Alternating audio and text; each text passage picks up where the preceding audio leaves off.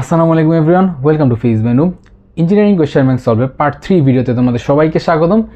আজকে আমি এই ভিডিওতে আলোচনা করব ম্যাট্রিক্সের টাইপ 2 একটা ম্যাথ নিয়ে, যে ম্যাথটা বুয়েট 19-20 আসছিল। সো ম্যাথটা দেখো, এখানে একটা ম্যাট্রিক্স এ দেওয়া আছে আর একটা ম্যাট্রিক্স বি দেওয়া আছে। বলছে এ বি ও বি এর মধ্যে কোনো সম্পর্ক থাকলে তা নির্ণয় করো ও বি ইনভার্সকে এক্স ও এর মাধ্যমে প্রকাশ করো। তো চলো ভাই এটা আমরা করে ফেলি। তো দেখো আমাদের এখানে এ ম্যাট্রিক্স এবং বি ম্যাট্রিক্সের মধ্যে ফার্স্টে কী বলছে, সম্পর্ক নির্ণয় করতে। সো দেখো এ ম্যাট্রিক্সটাকে আমরা চাইলে এইভাবে লিখতে পারি না। দেখো তো এ আর বি এর মধ্যে সম্পর্ক যেহেতু চাইছে, তাহলে আমরা এ বি বের করি আগে। সো দেখো এ ম্যাট্রিক্সটার প্রত্যেকটাতে দেখো একটা একটা করে এক্স আছে আর এখানে 0 আছে। তো 0 থেকে চাইলে আমরা একটা এক্স কমন নিতে পারি না, নিতে পারি। সো আমরা একটা এক্স কমন নিলাম, নিলে জিনিসটা দাঁড়ায় এরকম 3 - 2 - 1 - 4 1 - 1 2 0 1। সেমভাবে দেখো ভাই বি থেকে একটা এক্স কমন নেওয়া যায়। বি থেকে একটা যদি এক্স কমন নেই, আমাদের এখানে দাঁড়াবে 1 2 3 2 5 7 -2 -4 -5।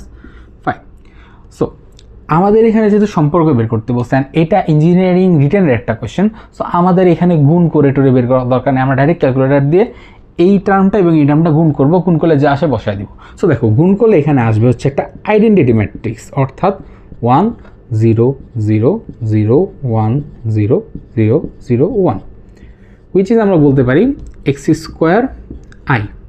বুঝতে পারছো ভাইয়া কথা? আচ্ছা, সেমভাবে আমরা যখন বি এ করবো, বি এ থেকেও কি একটা এক্স এক্স কমন আসবে, মানে এ থেকে একটা এক্স কমন, বি থেকে একটা এক্স কমন, x² আসবে। এবং এইটা ইন্টু এইটা, অর্থাৎ বি ইন্টু এ যখন করবো আমাদের সেমভাবে আসবে B A is equals to x² i, অর্থাৎ এই সেম জিনিসটা আসবে, সেটা আমরা ক্যালকুলেটরতে করে ফেলবো। সো দেখো এইটুক কাজ করার পরে আমাদের টাস্ক হচ্ছে বাকিটুক, যেখানে বলছে বি ইনভার্সকে এক্স ও এর মাধ্যমে প্রকাশ করো। সো এই কাজটা করতে হবে। সো এই কাজটা ভাই কীভাবে করা যায়, দেখো বি ইনভার্স বের করতে বলছে। বি ইনভার্স বের করতে বলছে মানে কি, আমাদের বি ম্যাট্রিক্স ইনভার্স ম্যাট্রিক্সটা বের করতে হবে। সো এটার জন্য আমাদের একটা নিয়ম আছে, আমরা কি জানি, যেটা বইয়ের আমরা শিখে আসছি, যে সহগুণগুলো নিয়ে ইনভার্স ম্যাট্রিক্স বের করে কী হবে, ওইগুলো সবগুলো করতে পারি।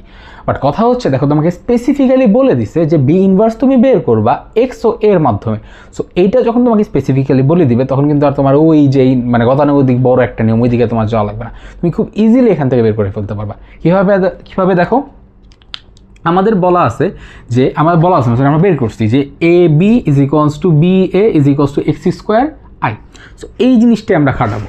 দেখো আমরা এখানে একটা জিনিস করতে পারি, সেটা হচ্ছে আমরা বলতে পারি দেখো B A is equals to x² i।